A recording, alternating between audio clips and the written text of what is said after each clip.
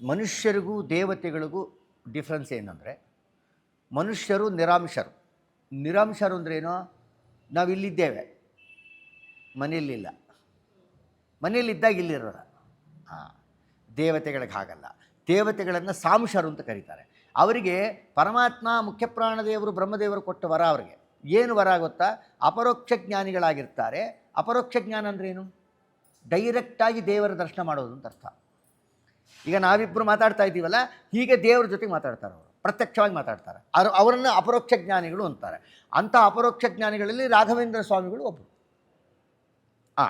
ಇಲ್ಲಿ ದೇವತೆಗಳಿಗೆ ಸಾಂಶರು ಅಂತ ಕರೀತಾರೆ. ಸಾಂಶತ್ವ ಅಂದರೆ ಏನು ಗೊತ್ತಾ? ಇಲ್ಲೂ ಇರ್ತಾರೆ, ಮನೆಯಲ್ಲೂ ಇರ್ತಾರೆ, ಇನ್ನೊಂದು ಊರಲ್ಲೂ ಇರ್ತಾರೆ, ಬೇರೆ ಕಡೆಗೂ ಇರ್ತಾರೆ. ಅಷ್ಟೊಂದು ರೂಪಗಳನ್ನು ಧಾರಣ ಮಾಡೋ ಶಕ್ತಿ ಅವರಿಗೆ.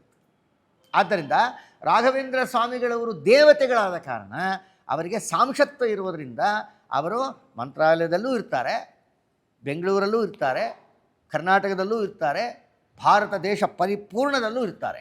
ಆದರೆ ಅವರನ್ನು ನೆನೆದಾಗ ನಾವು ಎಲ್ಲಿ ಕೂತ್ಕೊಂಡು ನೆಂದರೂ ಕೂಡ ರಾಘವೇಂದ್ರ ಸ್ವಾಮಿಗಳು ಅಲ್ಲಿ ಬರ್ತಾರೆ. ಹೇಗೆ?